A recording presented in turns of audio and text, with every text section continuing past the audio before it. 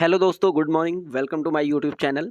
इस वीडियो में हम बात करेंगे ऑडिटिंग के बारे में कि ऑडिटिंग होता क्या है, ऑडिटिंग का मतलब क्या होता है, ऑडिटिंग का स्कोप क्या होता है, ऑडिटिंग का ऑब्जेक्टिव क्या होता है और भी कई सारी इंपॉर्टेंट चीज़ों के बारे में हम इस वीडियो में डिस्कस करेंगे।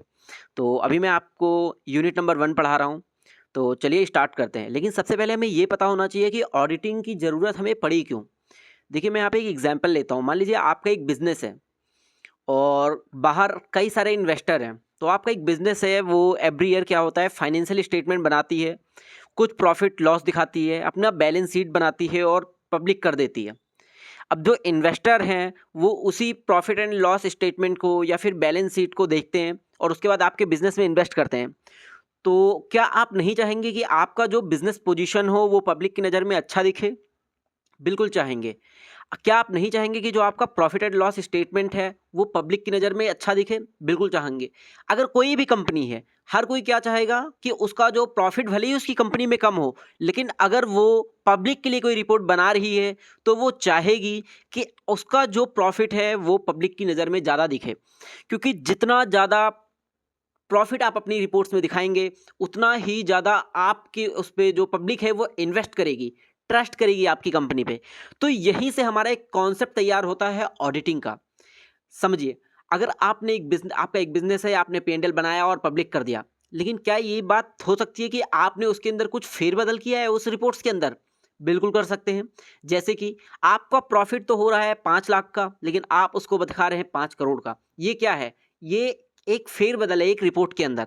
लेकिन अगर वही 5 लाख की जगह आप 5 करोड़ रुपए जब प्रॉफ़िट दिखाएँगे, तो पब्लिक क्या मान के चलेगी कि भाई इस कंपनी में तो प्रॉफ़िट ज़्यादा हुआ है, तो इसमें हमें पैसा इन्वेस्ट करना चाहिए या फिर इस कंपनी पे हम ट्रस्ट कर सकते हैं।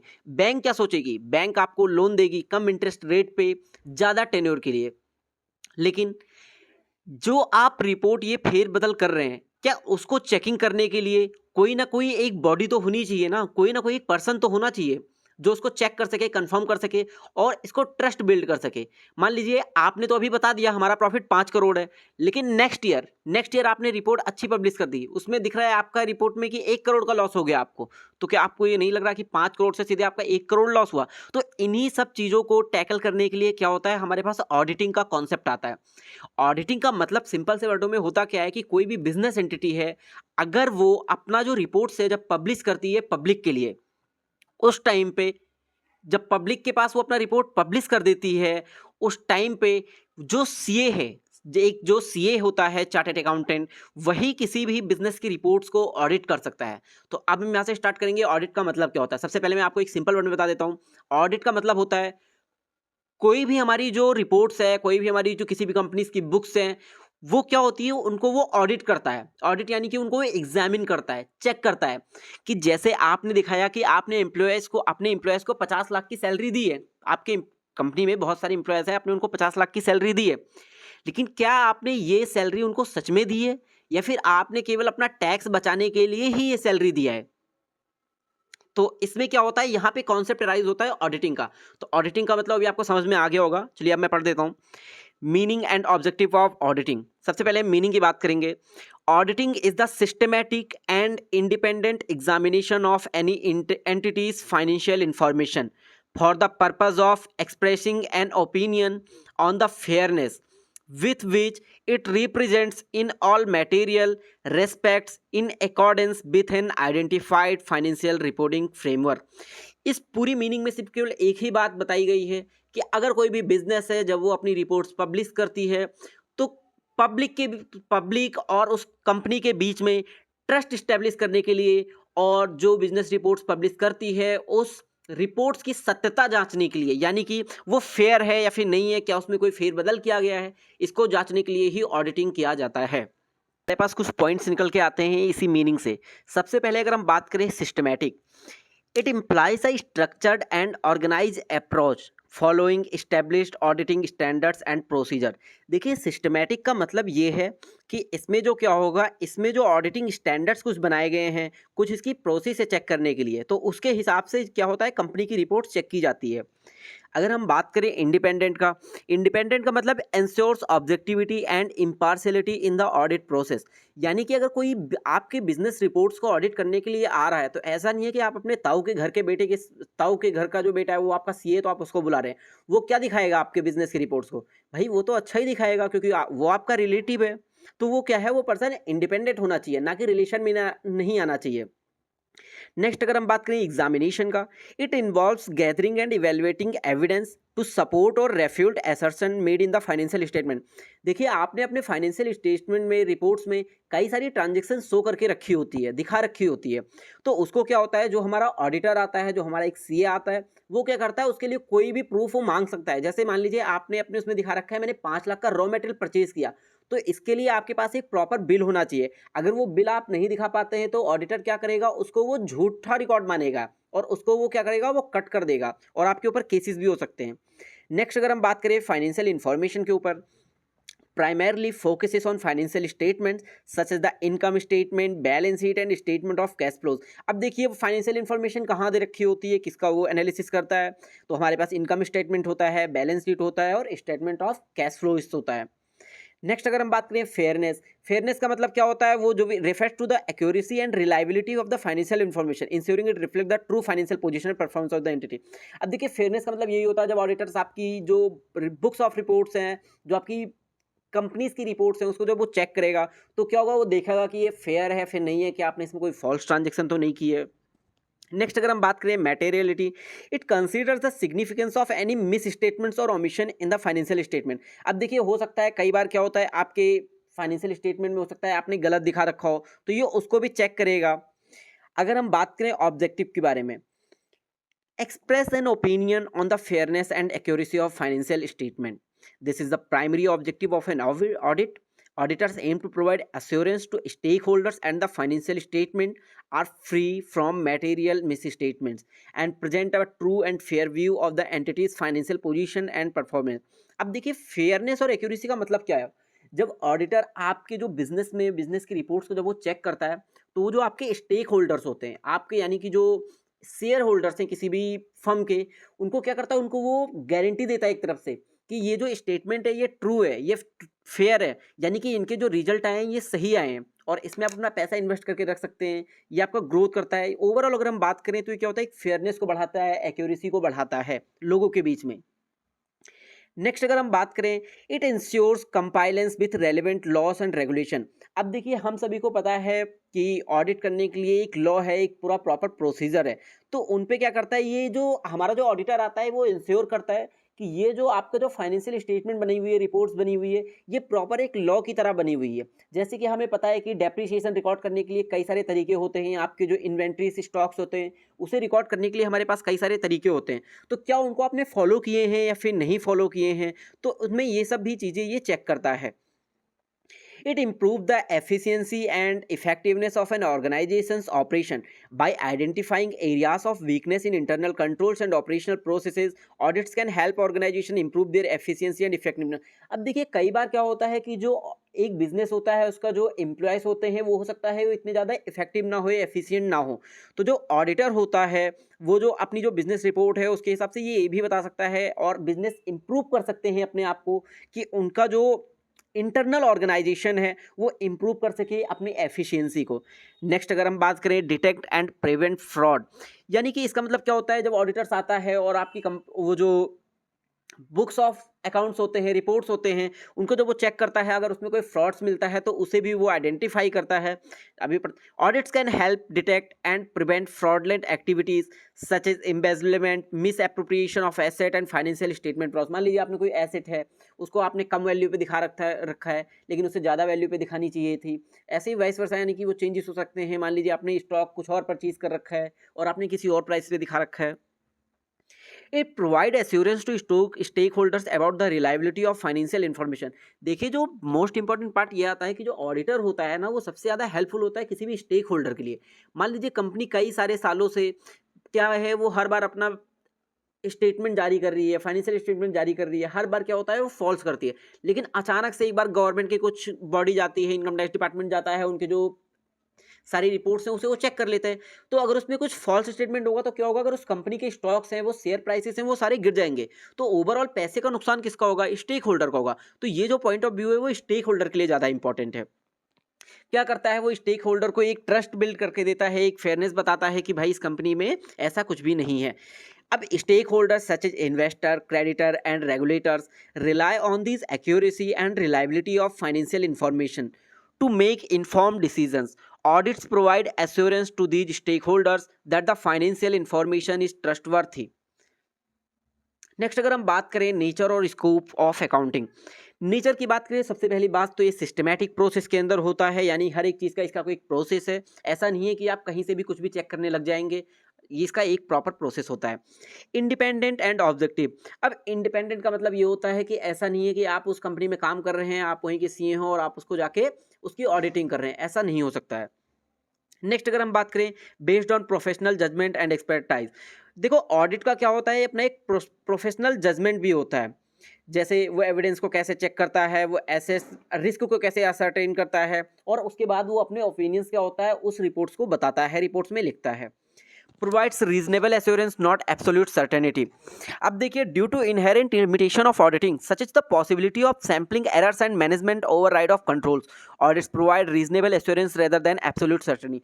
इसका मतलब ये होता है कि जैसे जब ऑडिटर जाता है किसी भी फर्म में, तो एक फर्म क्या होती है वो लाखों करोड़ों ट्रांजेक्शन, जैसे अगर हम बात करें रिलायंस की क्या एक ही ट्रांजेक्शन होती है, नहीं, रिलायंस पता नहीं कितने सारे ट्रांजेक्शन करता है, तो वो हर एक ट्रांजेक्शन को ऑडिटर चेक नहीं कर सकता है। तो क्या करता है, ओवरऑल एक सैंपल लेता है और उसको चेक करता है।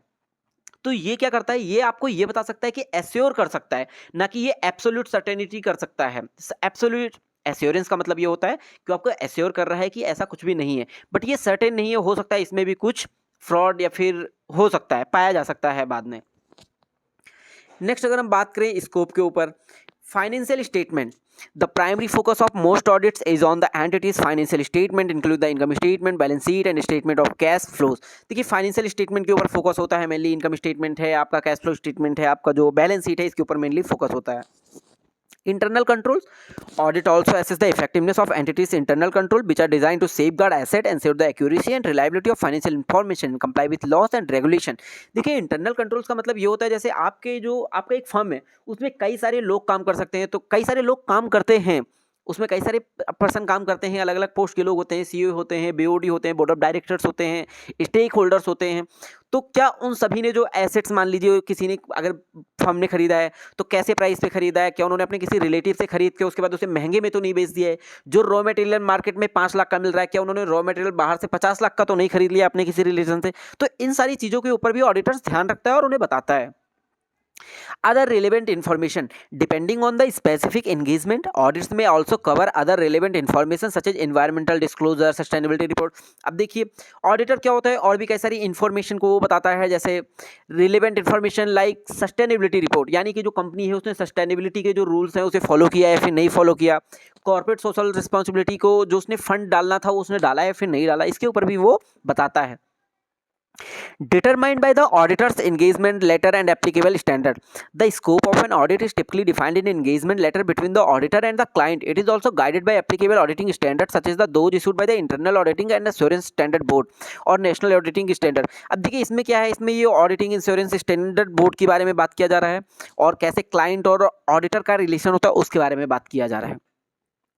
नेक्स्ट अगर हम बात करें basic principles and technique of auditing, basic principle and techniques of auditing, professional scepticism and due care. Auditor should maintain a questioning mind. देखो ऑडिटर का क्या होता है, एक क्वेश्चन माइंड होना चाहिए, जिससे कि क्या करें, मान लीजिए आपके उसमें कोई ट्रांजैक्शन दिख रही है, तो ऑडिटर का क्वेश्चन माइंड होगा तो वो क्या करेगा, वो पूछ सकता है भाई ये ट्रांजैक्शन यहाँ पे कैसे दिखा रहे हो आप, आपके पास इसका क्या प्रूफ है, क्या आपने ट्रांजैक्शन कौन सी डेट को करी थी, उसका वो रिपोर्ट मांग सकता है, प्रूफ मांग सकता है। ऑब्जेक्टिविटी एंड इंडिपेंडेंस, ऑडिटर को क्या होना चाहिए, एक इंडिपेंडेंट होना चाहिए। ऐसा नहीं है कि वो अंदर जाके बोल रहा है, साठ घाट करके आ गया भाई कि पहले मैं तुम्हारे ऑडिट की रिपोर्ट्स को ऐसे करके दिखा दूंगा और मैं तुम ज़्यादा प्रॉफिट दिखाते रहो, मैं इसे बोल दूंगा कि इसने जो रिपोर्ट्स डाली है वो सारी की सारी सही है। तो ऐसा नहीं होना चाहिए।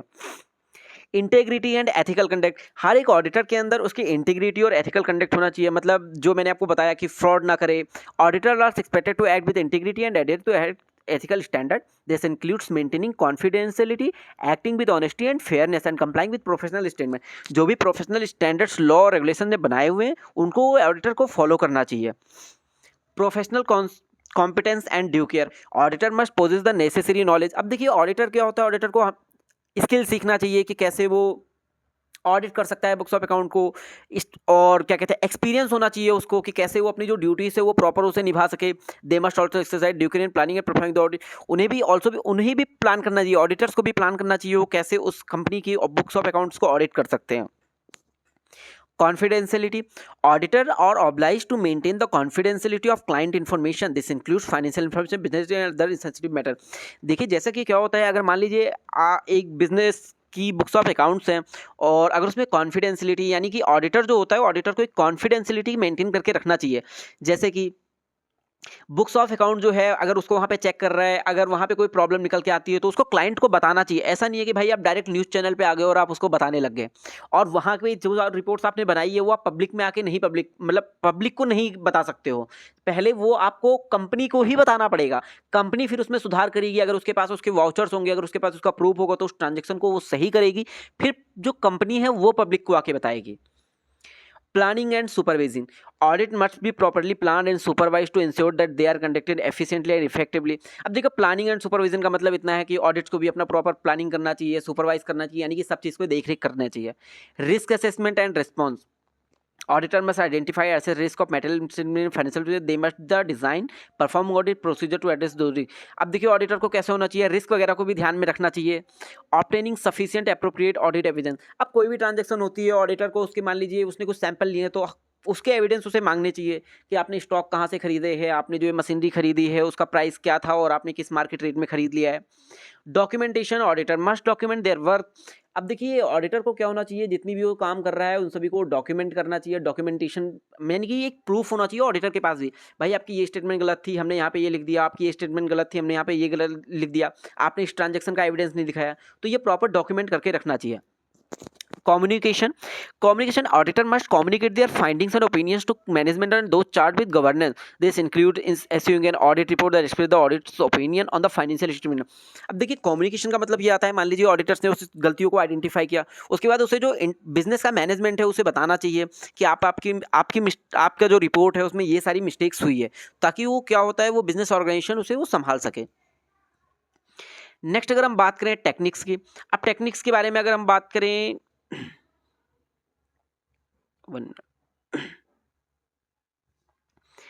टेक्निक्स के बारे में अगर हम बात करें, टेक्निक्स सबसे पहले आता है inspection documents and records such as invoices, contracts and bank statement. अब देखो वो कैसे इंस्पेक्शन कर सकता है, जैसे उनके जो बैंक रिकॉर्ड्स हैं, बैंक स्टेटमेंट्स हैं, उनको वो चेक कर सकता है कि उसमें जो ट्रांजैक्शन हुई है वही ट्रांजैक्शन क्या हमारे जो स्टेटमेंट में है उसमें शो हो रही है फिर नहीं। नेक्स्ट अगर हम बात करें observation, watching activities and process such as inventory accounts और कैश। अब देखिए मान लीजिए एक फाइनेंशियल स्टेटमेंट आया है किसी कंपनी का, उसमें क्लोजिंग स्टॉक कुछ और दिखा रखा है, तो क्या होता है ऑडिटर का ये ड्यूटी है कि वो जाके क्लोजिंग स्टॉक को चेक करे, कैश को चेक करे, बैंक को चेक करे, क्या ये प्रॉपर मैनर में है फिर नहीं है, वो जितना उन्होंने दिखा रखा है कंपनी ने उतना है फिर नहीं है। इंक्वायरी, किसी भी एम्प्लॉय से मैनेजमेंट से वो कोई भी क्वेश्चन पूछ सकते हैं। कन्फर्मेशन, मान लीजिए कोई भी उनको ट्रांजैक्शन ऐसे दिख रही है जो उन्हें लग रहा है फॉल्स है, तो उससे वो कन्फर्म कर सकते हैं मैनेजमेंट से। रिकैलकुलेशन, कई बार क्या होता है मान लीजिए डेप्रिसिएशन उन्होंने कुछ गलत दिखा रखा हो, या फिर अगर ऑडिटर को लगता है उन्होंने गलत दिखा रखा है तो ऑडिटर वो खुद से कैलकुलेट कर सकता है। Reperformance, independently executing procedure originally perform by the entity such as the bank reconciliation. अब देखिए बीआरएस यानी कि बैंक रिकंसिलिएशन स्टेटमेंट होता है, जिसमें क्या होता है बैंक ट्रांजैक्शन और कैश ट्रांजैक्शन को सेम टू सेम करके मिलाया जाता है, तो वो उसे कर सकते हैं। Analytical procedure evaluating financial and non financial data for plausible relationship, this include comparing current year data to prior year data, analysing trends and identifying unusual fluctuation. मान लीजिए एक कंपनी है जिसने पिछली साल में तो क्या दिखाया कि मुझे 50 करोड़ का प्रॉफिट हुआ है, और नेक्स्ट ईयर वो दिखा रही है कि मुझे 50 करोड़ का लॉस हो गया, तो भाई इतना ज़्यादा लॉस आपको कैसे हो गया, इसके रिलेटेड आप कंपनी के पास कोई इन्फॉर्मेशन होगी, कोई प्रूफ होगा कि भाई हमारा क्या हुआ, इस बार इस कंपनी में हमारे ये प्रोडक्ट बंद हो गए, इस बार ये नेचुरल डिजास्टर हो गया, इसकी वजह से हमारे प्रोडक्ट बह ही गए, तो ऐसे करके भी ये हमें दिखा सकता है।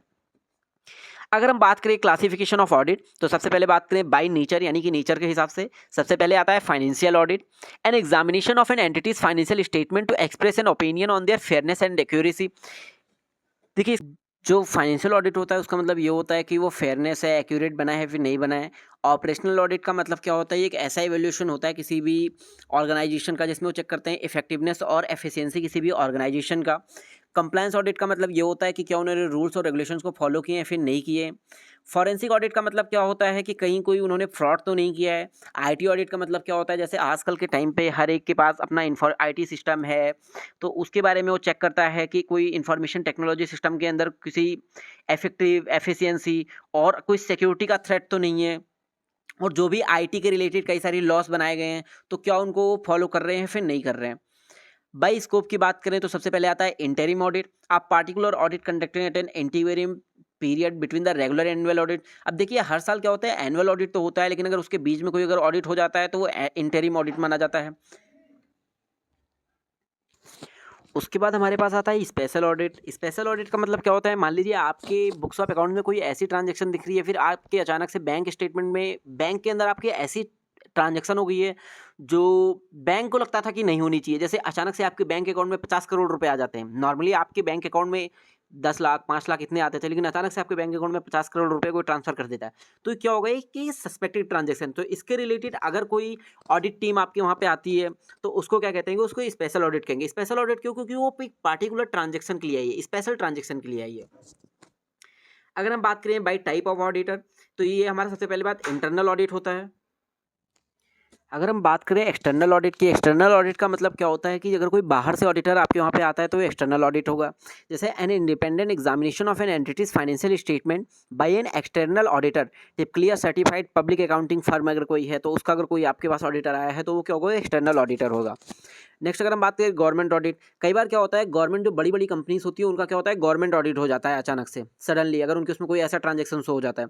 An audit conducted by government agencies to ensure compliance with law regulation and government program. जैसे कि गवर्नमेंट प्रोग्राम है कि सीएसआर करना है, कॉर्पोरेट सोशल रिस्पॉन्सिबिलिटी करना है, अचानक से कोई टीम आ गई आपके वहाँ पे गवर्नमेंट की तरफ से, वो क्या होगा, गवर्नमेंट ऑडिट होगा। देखिए, इंटरनल का मतलब जो आप इंटरनली ऑडिट करते हैं, एक्सटर्नल का मतलब क्या होता है, कोई अगर फर्म की तरफ से कोई ऑडिटर आता है तो एक्सटर्नल ऑडिट होता है। गवर्नमेंट ऑडिट, जब कई बार क्या होता है, कई सारे स्कैम्स जब निकल के आते हैं ना, तब उस टाइम पे ना एक्सटर्नल ऑडिट और गवर्नमेंट ऑडिट का रोल निकल के आता है कि वहाँ पे एक्सटर्नल ऑडिट भेजा जाता है या फिर गवर्नमेंट ऑडिट आता है निकल के। जैसे कि अभी जब अडानी का स्कैम हुआ था, तो उन्होंने अमेरिका के किसी फर्म से एक बाहर का ऑडिटर मंगाया था, जिससे क्या होगा, अडानी एंटरप्राइजेज जो है, अडानी की पूरी कंपनी है, उसको इंडिया में आके ऑडिट कर सके। और जब ऑडिटर ने आके उन्हें क्लीन चिट दिया था, उसके बाद उनके जाके शेयर प्राइस इतने ज़्यादा बढ़ गए थे। ऑडिट इन कंप्यूटराइज्ड इन्वायरमेंट, जैसे आप सभी को पता है आजकल कंप्यूटराइज्ड इन्वायरमेंट है, हर कोई अपना बिजनेस जो है ऑनलाइन मोड में चला रहा है और जो सिस्टमैटिक बना दिया है, यानी कि अब सारी ट्रांजैक्शन क्या है, कंप्यूटर में चल रही है।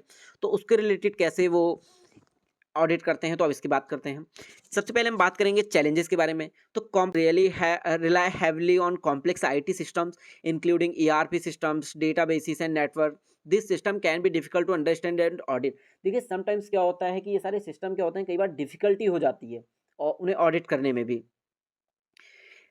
reliance on electronic data, increasingly financial data is stored and processed electronically. This can make it more difficult to obtain and analyze audit evidence. देखिए, अब सारे के सारे जो डेटा क्या हैं वो इलेक्ट्रॉनिकली मोड में सेव कर दिए जाते हैं, तो कई बार क्या होता है, ये डिफिकल्ट हो जाते हैं कि उन्हें एनालाइज कैसे करें, उन्हें एविडेंस की तरह कैसे यूज़ करें।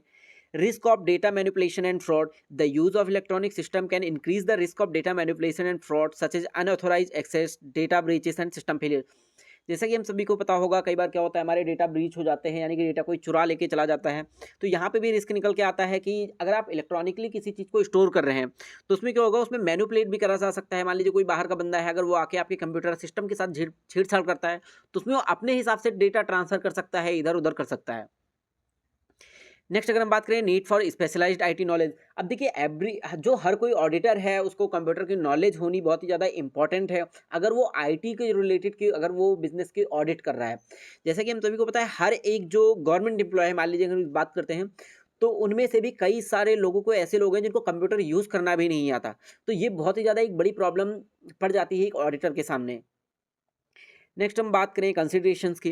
Understanding of IT system and control, auditor must gain a through understanding of the entities IT system, यानी कि जो भी एंटिटी है उसका आईटी सिस्टम कैसे रन कर रहा है उसके बारे में जानना चाहिए। Computer assisted audit technique, CATs are specialised software tools that can be used to analyse large volume of data, identify anomalies and perform other audit procedure more effectively. अब कई सारे क्या है सॉफ्टवेयर्स हैं वो ऑडिटर्स के लिए बना दिए गए हैं ताकि वो उसे यूज़ कर सकें। Thanks for watching guys and don't forget to subscribe my channel. और अगर आप सभी को PDF चाहिए इस यूनिट की तो टेलीग्राम लिंक ज्वाइन करिए जो कमेंट सेक्शन में दिया हुआ है। तो चलिए अब शुरू करते हैं यूनिट नंबर 2 से, जिसमें यूनिट नंबर 2 में हम कई सारे नए नए कॉन्सेप्ट को समझेंगे। तो चलिए स्टार्ट करते हैं। सबसे पहले हमारे पास आता है internal control and audit procedure, यानी कि इंटरनल कंट्रोल क्या होता है और ऑडिटिंग जो होती है उसकी जो प्रोसेस होती है वो कैसे होती है। तो सबसे पहले अगर हम बात करें इंटरनल कंट्रोल की, तो internal control is a comprehensive system of policies, procedures and practices implemented by an organization to safeguard assets, ensures the accuracy and reliability of financial reporting, and promote operational efficiency and effectiveness. It's a cornerstone of good corporate governance and it helps the organization achieve their objective. देखिए simple वर्डों में अगर हम बात करें तो internal control का मतलब सिर्फ इतना होता है कि हर एक ऑर्गेनाइजेशन अपने हिसाब से कुछ अपनी पॉलिसीज बनाती है, कुछ रूल्स रेगुलेशंस बनाती है कि कैसे वो उसका जो बेनिफिट है, उसके जो हित हैं, अपने जो ऑर्गेनाइजेशंस की जो ऑब्जेक्टिव हैं उसको वो अचीव कर सके, और उसके जो एसेट्स हैं और भी कई सारी अगर ऑर्गेनाइजेशन में चीज़ें होती हैं उसे कैसे वो सेफगार्ड करके रख सकती है। मतलब ऐसी कोई भी पॉलिसी और रेगुलेशन जो ऑर्गेनाइजेशन के बेनिफिशियल के लिए है, जिससे कि लोग जो फाइनेंशियल रिपोर्ट है उसको मैनिपुलेट नहीं कर सकते हैं, उसकी जो जितनी भी प्रैक्टिसेस जैसे भी लोग काम कर रहे हैं उसके रिगार्डिंग रूल्स और रेगुलेशन बनाते हैं, उसे हम कहते हैं इंटरनल कंट्रोल। अब अगर हम बात करेंगे की components of internal control, control पहला है हमारे पास आता है control environment, sets the turn of an organisation, sets the tone of an organisation, influencing the control consciousness of its people. यानी कि क्या होता है, ये एक ऑर्गेनाइजेशन का क्या होता है टोन सेट करता है, यानी कि एक तरीका सेट करता है कि कैसे वो जो ऑर्गेनाइजेशन के लोग हैं, ऑर्गेनाइजेशन है, उस पर कैसे कंट्रोल रख सकते हैं। Includes factors like integrity, ethical values and commitment to competence. यानी कि ऑर्गेनाइजेशन क्या करते हैं, लोगों के अंदर इंटीग्रिटी, एथिकल वैल्यूज को बताती है, जगाती है, जिससे कि वो क्या हो सके, ऑर्गेनाइजेशन को गोल को अचीव कर सकें। Example, a company with a strong code of conduct and a culture of open communication fosters a positive control environment. अगर कोई कंपनी है जिसके अंदर क्या है स्ट्रॉन्ग कोड ऑफ कंडक्ट है, यानी कि लोग अच्छी तरह से काम करते हैं, मोरल लोग हैं, मतलब ऑनेस्टी दिखाते हैं काम के प्रति, और उनका जो है कल्चर ऑफ ओपन कम्युनिकेशन, यानी कि लोग आपस में एक दूसरे से कोई भी अपनी चीज़ें बातें शेयर कर सकते हैं। अगर उनको कंपनी के रिलेटेड भी कोई अगर उन्हें कुछ लगता है कि ये कंपनी में बैड थिंग है तो इसे हमें बताना चाहिए तो उसको शेयर कर सकते हैं। तो ये क्या है, ये पॉजिटिव कंट्रोल इन्वायरमेंट की तरफ इंडिकेट करता है। नेक्स्ट हम बात करेंगे risk assessment, the process of identifying and analysing potential risk that could significantly impact the achievement of objective. जो हमारा ऑब्जेक्टिव होता है, जो हमारे बिजनेस का एक ऑब्जेक्टिव होता है, उसके बीच में अगर कोई रुकावट बनता है, बाधा बनता है, यानी कि अगर कोई स्टॉपेज आता है और उस रिस्क को हम पहले ही आइडेंटिफाई कर लेते हैं, ठीक है, रिस्क को जो हम पहले ही आइडेंटिफाई कर लेते हैं तो उसको कहते हैं रिस्क असेसमेंट। और ये डे बाय डे किया जाता है, यानी कि लोग क्या होता है बिजनेस के अंदर चेक करते रहते हैं कि टेक्नोलॉजिकल क्या चेंज हो रहा है, पॉलिटिकल क्या चेंज हो रहा है, इन्वायरमेंटल क्या चेंज हो रहा है, इस तरह से। रिस्क क्या होता है, risk can be internal and risk can be also external. देखिए इंटरनल का मतलब ये होता है जो इंटरनल यानी कि मैनेजमेंट जो कंट्रोल कर सकती है, यानी कि ह्यूमन एरर है, फ्रॉड कर रहे हैं कोई। एक्सटर्नल में कैसे हैं, इकोनॉमिक पॉलिसीज चेंज हो गई हैं, नेचुरल डिजास्टर्स आ गए हैं, रूल्स और रेगुलेशन चेंज हो गए हैं, तो इसमें क्या है कंपनीज कुछ नहीं कर सकती, ऑर्गेनाइजेशन कुछ भी नहीं कर सकता।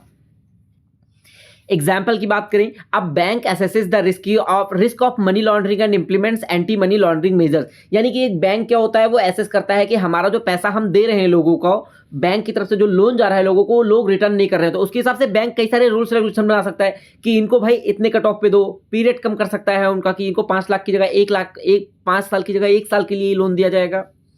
नेक्स्ट अगर हम बात करें control activities, the policies and procedures that help mitigate risk can be preventive, detective और करेक्टिव। एग्जाम्पल, अब देखो कंट्रोल एक्टिविटीज का मतलब क्या है कि जो भी चीज हो रहा है उसको कंट्रोल कैसे करें, तो क्या है, आप करेक्टिव एक्शंस ले सकते हैं, डिटेक्टिव एक्शंस ले सकते हैं, यानी कि प्रिवेंट, उनको रोक सकते हैं उन सब चीज़ों को। डिटेक्ट मतलब कि उनको आइडेंटिफाई करिए, अपनी एक चेकिंग टीम बनाइए कि कैसे लोग अगर फ्रॉड कर रहे हैं तो उससे पता लग जाए।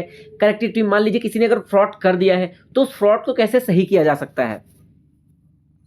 अब अगर बात करें, यहाँ पे एग्जाम्पल दे रखा है प्रिवेंटिव का, segregation of duties, access control and authorisation करके।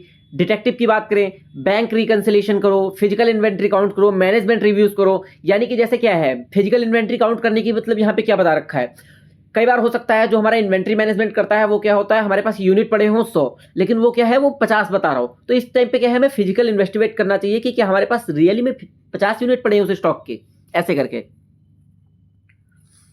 नेक्स्ट अगर हम बात करें इंफॉर्मेशन एंड कम्युनिकेशन की, systems for capturing and communicating relevant information throughout the organisation, it includes financial and non financial information both internal and external. Example, a company uses an enterprise resource planning system to capture and process transaction and management report to communicate key performance indicator.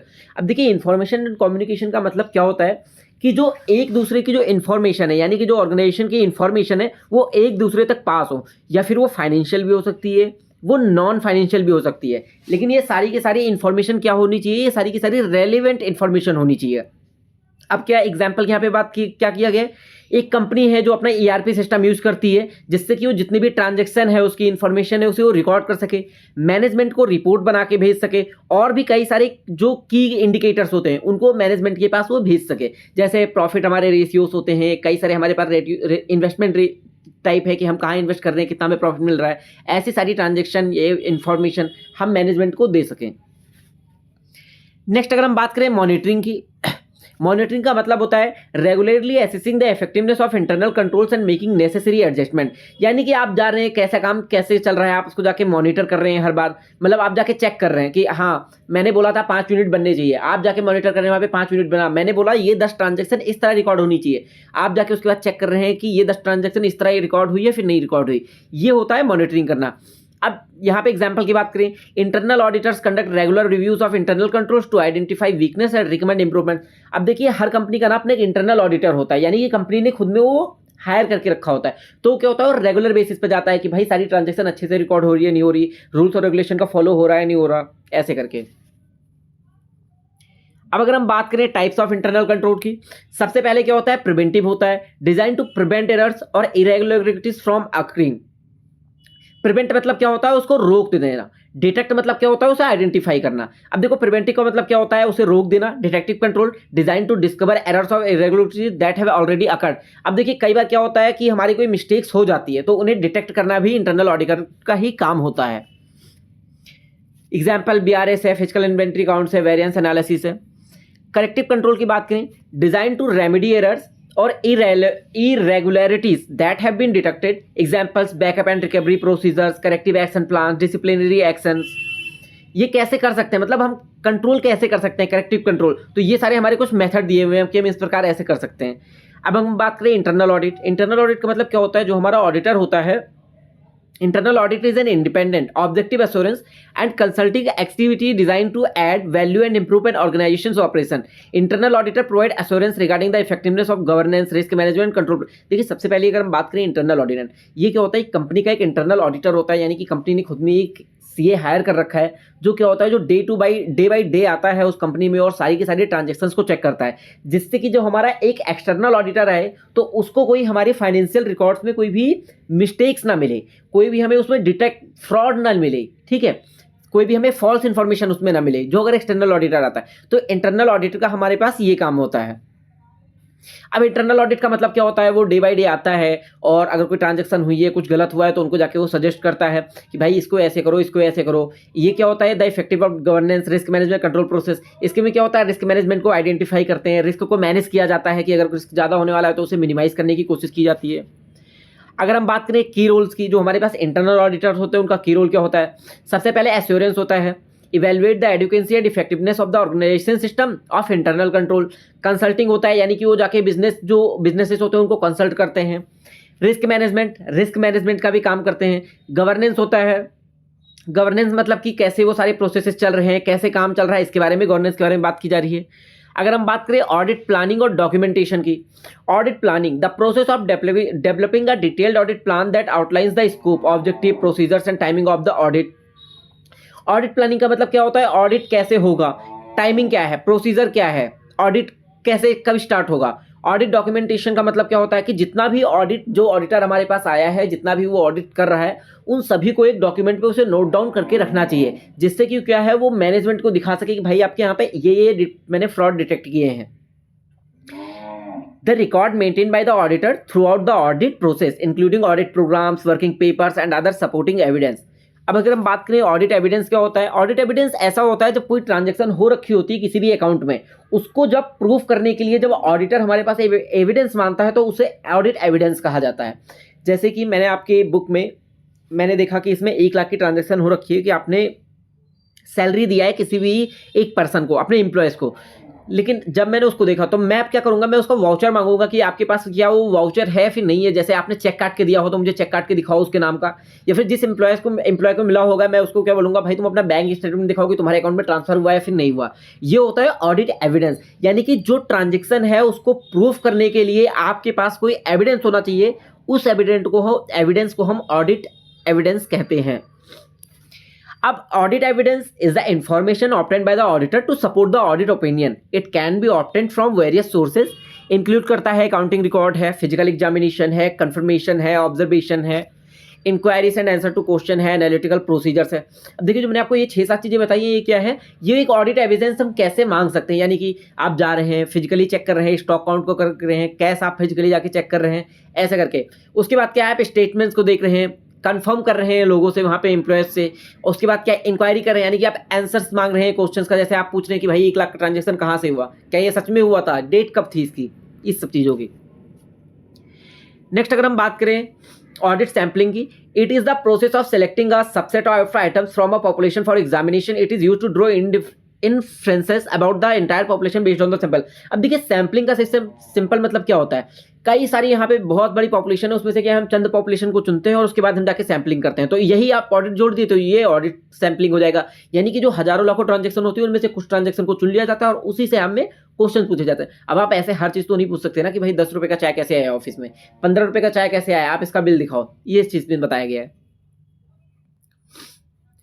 Next अगर हम बात करें तो अब हम start करेंगे unit number 3, और unit number 2 हमारा पूरा 11 मिनट में कंप्लीट हो गया है, 12 मिनट में। तो चलिए अब स्टार्ट करते हैं यूनिट नंबर 3। यूनिट नंबर 3 में हमारे पास सबसे पहले आता है वाउचिंग। वाउचिंग के बारे में कि वाउचिंग होता क्या है। Vouching is a critical auditing procedures that involve examining documentary evidence to verify the authenticity and accuracy of transaction recorded in a company's book accounts. It's like ensuring that every entry in the book is backed by solid proof. अब देखिए vouching का simple मतलब अगर मैं बात करूँ तो vouching क्या है, एक प्रूफ की तरह एक्ट करता है। अभी मैं बताता हूँ, जैसे मैं अगर किसी दुकान पे जाता हूँ और मैंने वहाँ से मान लीजिए एक फ्रिज खरीदा है, और फ्रिज खरीदने के बाद जैसे मान लीजिए मेरा वो फ्रिज 30-35 हज़ार का जितने का भी कॉस्ट पे आया, मैंने उसे लेके आया मैं घर पे अपने, वो क्या होगा, वो मुझे एक बिल बना के देते हैं। वो बिल क्या है, वो वाउचिंग बिल है। अब मैं लेके आया, मान लीजिए मुझे अपने उसे बिजनेस के लिए यूज़ करना है, तो मैं उसको तो लिख दूंगा कि मैंने बिजनेस के लिए ये चीज़ परचेज करी है। लेकिन अगर मान लीजिए अब ऑडिटर आता है, ऑडिटर मेरे से पूछता है भाई ये 35 हज़ार की ट्रांजेक्शन यहाँ पे दिख रही है, अब मैं उसको क्या दूंगा कि वो वाला जो वाउचर प्रूफ है मैं उसको वहाँ पे उसको ऑडिटर को दूंगा, जिससे कि क्या होगा, ये एक प्रूफ की तरह एक्ट करेगा। अब अगर बात करें वाउचिंग का होना क्यों जरूरी है, इसका ऑब्जेक्टिव क्यों है, तो सबसे पहले ये डिटेक्ट करता है एरर्स एंड फ्रॉड्स। मान लीजिए आपके पास किसी ट्रांजेक्शन का वाउचर नहीं है, तो क्या माना जाएगा, आपने ये ट्रांजेक्शन क्या है, फेक ट्रांजेक्शन की है। Ascertain the truth of accounts, यानी कि आइडेंटिफाई करता है कि आपने जो ट्रांजेक्शन करी है ये सच है या फिर झूठ है, या फिर आपने ऐसे ही बस कर दिया है ताकि आप टैक्स इवेट कर सकें, गवर्नमेंट को धोखा दे सकें। फाइंड अनरिकॉर्डेड ट्रांजेक्शन, और सम टाइम क्या होता है कि जैसे आप वाउचर लेके आ गए हैं, आपने कोई ट्रांजेक्शन रिकॉर्ड नहीं किया है, लेकिन उसके बाद क्या होगा, आपको वाउचर मिल जाता है तो आप उस ट्रांजेक्शन को रिकॉर्ड कर सकते हैं। उसके बाद अगर हम बात करें प्रोसीजर ऑफ वाउचिंग, सबसे पहले हमारे पास आता है सेलेक्ट ट्रांजेक्शन, यानी कि हमें पहले ट्रांजेक्शन को सेलेक्ट करना है। Auditor typically focus on high risk और मटेरियल ट्रांजेक्शन। सेकंड हमारे पास आता है examine documentary evidence. This involves inspecting various document like invoices, receipts, contracts, bank statement and many more. उसके बाद हम बात कर रहे थे कि एग्जामिन डॉक्यूमेंट्री एविडेंस, जिसका मतलब होता है कि जैसे अगर कोई उस डॉक्यूमेंट को, यानी कि this involves inspecting various documents like invoices, receipts, contracts, bank statement and many more. देखो, हम इनवाइसेस से कंफर्म कर सकते हैं, रिसीट से, कॉन्ट्रैक्ट से कंफर्म कर सकते हैं कि यह सच में ट्रांजेक्शन हुई थी या फिर नहीं हुई थी। नेक्स्ट अगर हम बात करें compare with book entries, the information on the document is compared with the corresponding entries in the accounting records, यानी कि जो आपके पास वाउचर है उसको हम अकाउंटिंग रिकॉर्ड से चेक करेंगे कि इसमें 35,000 की ट्रांजेक्शन दिख रही है हमारे पास, तो वो जो अकाउंटिंग हमारी बुक होती है ना, उसमें भी 35,000 की हमारी पास ट्रांजेक्शन दिखनी चाहिए। नेक्स्ट हम verify accuracy and authenticity, auditors ensure that the documents are genuine. देखिए, सेकंड थिंग क्या आता है आजकल, अगर आप जाते हैं तो आप क्या एक काम और कर सकते हैं, जैसे आपको मिल तो रहा है कोई चीज़ 35,000 में, लेकिन आप उसको क्या कर सकते हैं, उसके प्राइस को आप इंक्रीज और डिक्रीज भी करवा सकते हैं। अगर आपकी दुकान पे जान पहचान है, आप बात करके आते हैं, तो आप क्या होता है इंक्रीज डिक्रीज करवा सकते हैं। तो उस पर क्या है, उस पर अमाउंट क्या है, आप फेक भी दिखा सकते हैं। तो ऑडिटर के पास ये भी ड्यूटी होती है कि उसको वेरीफाई भी कर सकता है। भाई जैसे उस पर नंबर दे रखा होता है वाउचर पे, वो उसको कॉल करके बता सकता है कि आपके यहाँ पे क्या ये वाली ट्रांजैक्शन हुई थी, या फिर कोई भी चीज़ है, प्रोडक्ट है, उसको मार्केट प्राइस पे क्या चल रहा है। और इसमें मान लीजिए सेम टू सेम फ्रिज मैंने अपने बिजनेस के लिए 50 लाख की खरीद ली, और वही फ्रिज सेम टू सेम मेरे को 35,000 रुपये मिल रही है, तो इसका मतलब क्या है कि आपने टैक्स को इवेट करने के लिए आपने इतनी बड़ी ट्रांजेक्शन दिखा दी है।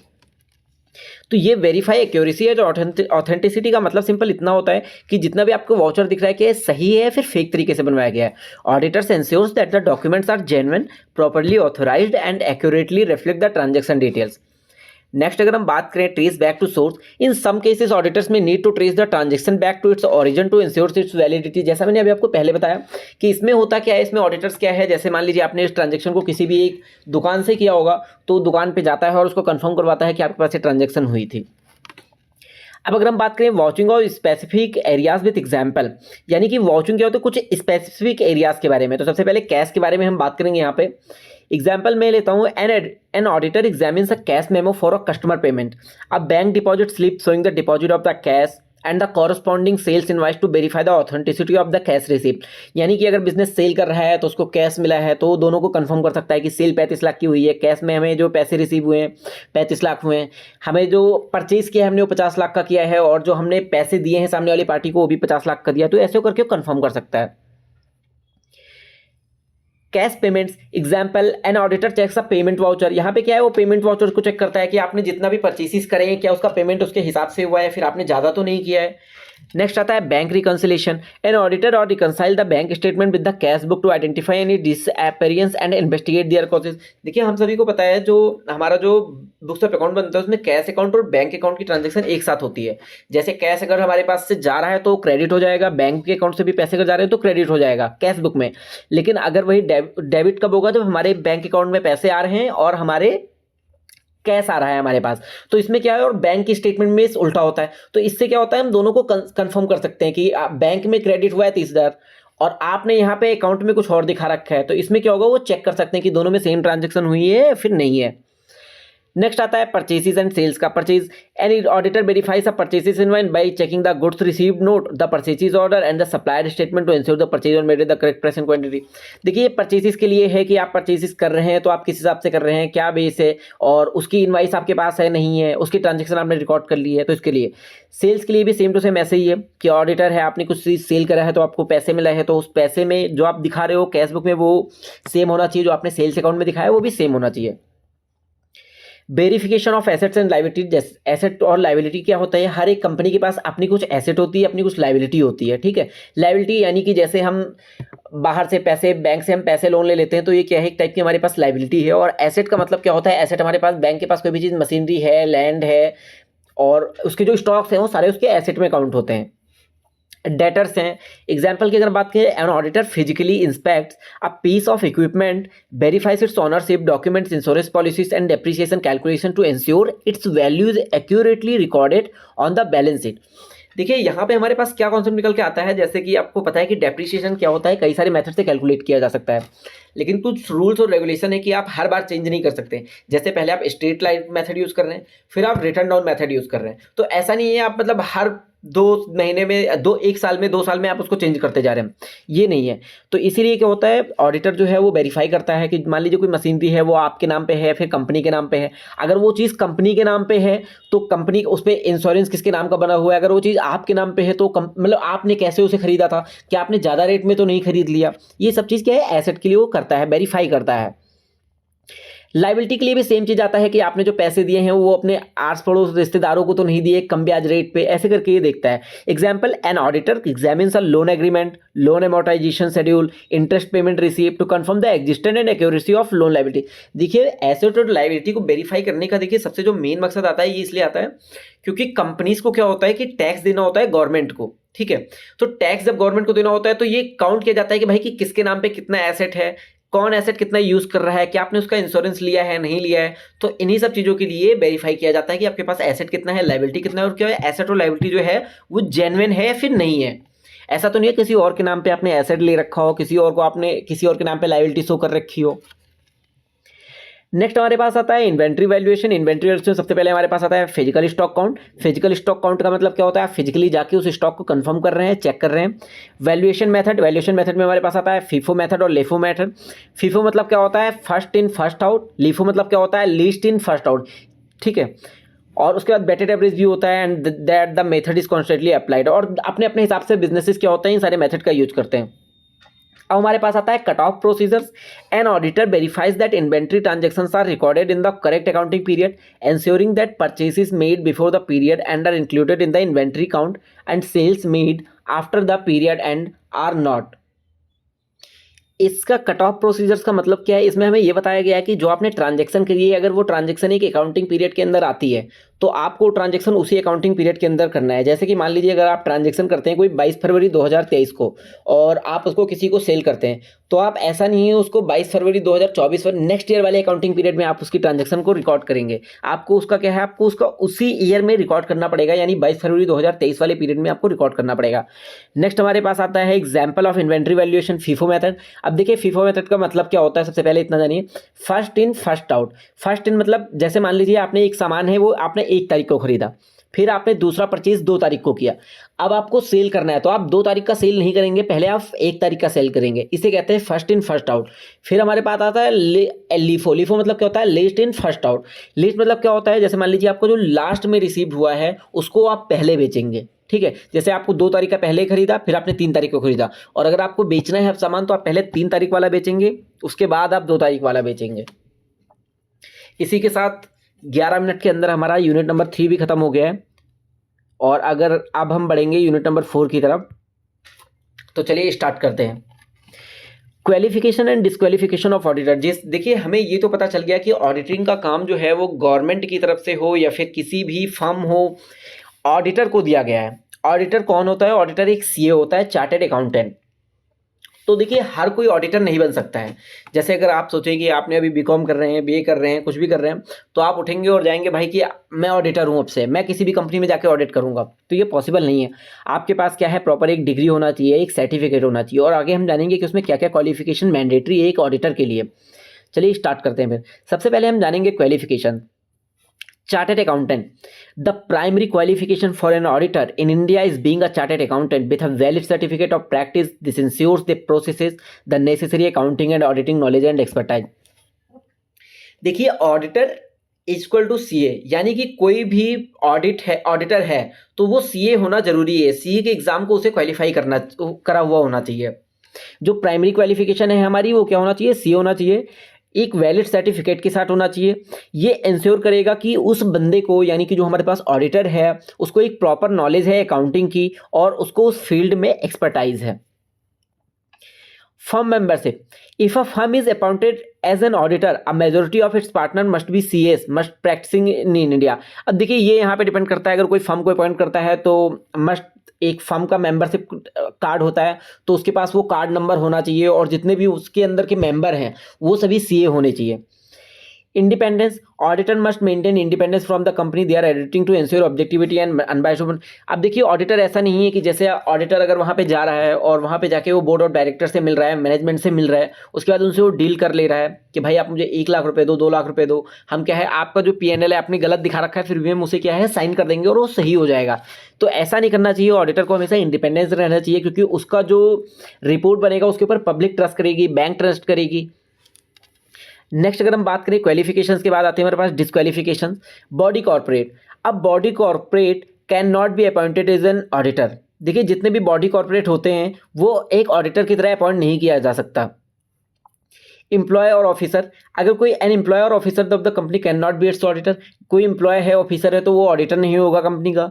Related parties, individual with close relationship auditor नहीं बन सकते। जैसे मान लीजिए कोई हस्बैंड है, उसकी वाइफ अगर CA है, ऑडिटर है, तो वो नहीं कर सकते उस कंपनी का ऑडिट। कोई रिलेटिव में आता है तो वो भी उसको ऑडिट नहीं कर सकते। मान लीजिए A और B दोनों लोगों ने पार्टनरशिप में एक कंपनी खोली, A ऑडिटर है तो वो जाके अपनी कंपनी का ऑडिट नहीं कर सकता है। Consulting service, auditors can not provide certain consultant service to the company they audit as it may compromise their independence. अब देखिए ऑडिटर क्या है, उस कंपनी को क्या है कंसल्टिंग सर्विस नहीं प्रोवाइड कर सकते जिस कंपनी का वो ऑडिट कर रहे हैं, क्योंकि इसमें क्या होगा आपकी इंडिपेंडेंस कॉम्प्रोमाइज हो जाएगी। Example, a CA firm with a majority of partner CAs can be appointed as an auditor of a company. However, if one of the partner is also employed by the company, the firm would be disqualified. अब अगर हम बात करें appointment and rotation of auditor, appointment की बात करें, first AGM annual general meeting है इसका मतलब, एजीएम का मतलब है first annual general meeting. At the first AGM share holders appoint the first auditor who serve until the 6th AGM. अब देखिए एक जो ऑडिटर है वो ना 6 टर्म के लिए वो पूरे टाइम पे रहता है, वहाँ पे ऑडिट कर सकता है। Subsequent AGM after the first term auditor are appointed at every 6th AGM subject to rectification by share holders at each AGM. Ordinary resolution, the appointment and reappointment of auditors requires an ordinary resolution passed by shareholder। एक जो हमारे पास ordinary resolution होता है वो पास होना चाहिए अगर आप किसी भी CA को, नए CA को अगर आप अपॉइंट करना चाहते हैं और उसको रीअपॉइंट करना चाहते हैं। अगर हम बात करें रोटेशन की, इंडिविजुअल ऑडिटर अगर कोई है, an individual auditor can not be appointed for more than 5 years, यानी कि अगर आप उसे लगातार 5 सालों के लिए आपने उसे वो हायर कर रखा है तो उसे क्या है वो 5 सालों के बाद उसे छोड़ना ही पड़ेगा। Audit firm, the same audit firm can not be appointed for more than 5 consecutive, consecutive का मतलब क्या होता है लगातार। Joint auditor, if joint auditors are appointed they can not all complete their terms in the same year to ensure continuous auditor presence. Example की अगर हम बात करें, CA firm is appointed as an auditor of a company at the first AGM after 5 years are different. देखिए जो एक बार में जो ऑडिटर को हमने अपॉइंट किया अपनी कंपनी का ऑडिट करने के लिए, उसको हमें 5 साल के बाद उसे हमें हटाना पड़ेगा और हमें क्या है दूसरी तरफ से उसके बाद हमें दूसरे फर्म को हमें लेके आना पड़ेगा जो हमारी फर्म को ऑडिट कर सके। रिमूवल ऑफ ऑडिटर्स की अगर हम बात करें, auditor can be remove before the end of their term through an ordinary. अब देखिए ऑर्डिनर जो हमारे पास ऑडिटर होता है उसको हम रिमूव भी कर सकते हैं अगर कोई रेजोल्यूशन पास हो जाए शेयर होल्डर के जरिए। This is typically done if there are concern about the auditors independence. ये जब किया जाता है जब हमें पता चलता है कि ऑडिटर्स इंडिपेंडेंट नहीं है, कॉम्पिटेंट नहीं है और क्या है उसकी परफॉर्मेंस अच्छी नहीं है, तभी ज़्यादातर उनको क्या होता है रिमूवल किया जाता है। एग्जाम्पल की अगर हम बात करें, if shareholder believes an auditor has a conflict of interest or is not conducting the audit diligently they can pass a resolution to remove the auditor. अब अगर हम बात करें रेम्यूनरेशन, यानी कि उनकी जो सैलरी होती है उनको पैसे कितने मिलते हैं। देखिए जो ऑडिटर की रेम्यूनरेशन होती है ये तो शेयर होल्डर्स के ऊपर डिपेंड करता है और उसके जरिए ही फिक्स किया जाता है। एग्जाम्पल की अगर हम बात करें, कंपनी में set up fixed annual fees, company है वो कंपनी ने कुछ रेम्यूनरेशन क्या है अपने ऑडिटर के लिए फिक्स कर दिया है तो उसके ऊपर डिपेंड करता है। अब देखिए रेम्यूनरेशन का सिंपल सा मतलब ये है कि ये कंपनी टू कंपनी डिपेंड करता है, कंपनी कितना आपको CTC प्रोवाइड कर रही है उस पर डिपेंड करता है। Rights, duties and liabilities of auditors, अगर हम उसकी राइट्स के बारे में बात करें तो उसे जो एक कंपनी होती है, जो एक ऑर्गेनाइजेशन होता है, उसके अंदर जितनी भी प्रोसेस चल रही है, वर्क ऑफ ऑपरेशंस अगर कोई चल रहा है, मैन्युफैक्चरिंग अगर कोई हो रही है, सर्विसेज अगर कोई दे रहा है, कुछ भी अगर उस कंपनी के अंदर हो रहा है तो उसे क्या है वो अकाउंटिंग के पर्पज से वो ऑडिटर क्या है किसी भी इंफॉर्मेशन को किसी से भी पूछ सकता है। Attend shareholders meeting. Auditors have the right to attend shareholders meeting and provide explanation regarding the audit report. अब ऑडिटर के पास ये भी राइट होता है कि वो शेयर होल्डर की मीटिंग अटेंड करे और अपनी जो उसने ऑडिट रिपोर्ट बनाई है उसे वो वहाँ पे पब्लिश कर सके। रीजनेबल रेम्यूनरेशन है, ऑडिटर को भी भाई राइट है, वो भी खाएगा पिएगा, तो उसके पास उसे रेम्यूनरेशन का भी अधिकार है अपने सर्विसेज के बदले। अगर हम बात करें ड्यूटीज़ की, तो ऑडिट करता है, अपना ओपिनियन देता है, अगर कोई इरेगुलरिटीज़ हो रही है किसी भी कंपनी के अंदर तो उसे भी वो बताता है। लाइबिलिटीज़ की अगर हम बात करें, negligence, auditor can be held liable for negligence. देखिए नेग्लिजेंस का मतलब क्या है, ऑडिटर ही फेल हो गया, यानी कि ऑडिटर फेल हो गया किसी भी चीज़ को आइडेंटिफाई करने के लिए, यानी कि वो कॉम्पिटेंट नहीं है, तो उसके लिए माना गया लाइबिलिटी है उसकी। फ्रॉड है, अगर ऑडिटर कोई फ्रॉड करता है, ब्रीच ऑफ कॉन्ट्रैक्ट, जैसे ऑडिटर ने बोला कि मैं यहाँ पे 3 साल तक लगातार रहूँगा, लेकिन उसके बाद ऑडिटर क्या है वहाँ से वो छोड़ के चला जाता है, तो ये ब्रीच ऑफ कॉन्ट्रैक्ट है। एग्जाम्पल की अगर बात करें, if an auditor fails to detect a material misstatement in the financial statement due to negligence, they can be held liable for any losses suffered by investor creditors who relied on the misstated information। जैसे कि मैंने आपको पहले ही बताया था कि auditors जो होता है जब एक रिपोर्ट को वो साइन कर देता है तो उसके बाद क्या रिपोर्ट मानी जाती है, वो एक जेन्युइन रिपोर्ट हो जाती है। जेन्युइन जिसपे गवर्नमेंट भी ट्रस्ट करेगी और बैंक्स भी ट्रस्ट करेंगे। और अगर किसी गलत कंपनी के रिपोर्ट को अगर कोई ऑडिटर साइन कर देता है अपनी नेग्लिजेंस की वजह से, तो इसमें लाखों लोगों का नुकसान होगा, प्लस में हमारे बैंक का लॉस होगा, इकोनॉमी का लॉस होगा। तो इसी के साथ हमारा यूनिट नंबर 4 भी खत्म हो गया और अब हम चलेंगे यूनिट नंबर 5 की तरफ। तो चलिए स्टार्ट करते हैं, जिसमें हमारे पास हमने सबसे पहले बात करेंगे ऑडिट रिपोर्ट्स के बारे में। देखिए audit report, N audit report is a formal document issued by an independent auditor at the conclusion of an audit engagement. It communicates the auditor's opinion on the fairness and accuracy of a company's financial statement। देखिए audit report का मतलब क्या होता है, simply जब एक auditor जाता है तो क्या होता है, वो सारी की सारी जो फाइनेंशियल स्टेटमेंट जो बुक्स ऑफ अकाउंट्स होती है उन्हें वो चेक करता है, उसके बाद वो अपनी एक रिपोर्ट तैयार करता है। उस रिपोर्ट को ही ऑडिट रिपोर्ट कहते हैं, यानी कि वो अपने वो जजमेंट के हिसाब से, अपनी वो एक्सपर्टाइज के हिसाब से, अपनी स्किल्स के बेस पे वो एक रिपोर्ट तैयार करता है कि जो कंपनी के जो स्टेटमेंट दिख रहे हैं क्या वो ट्रू और फेयर हैं या फिर मिसलीडिंग है, तो इसे हम ऑडिट रिपोर्ट कहते हैं।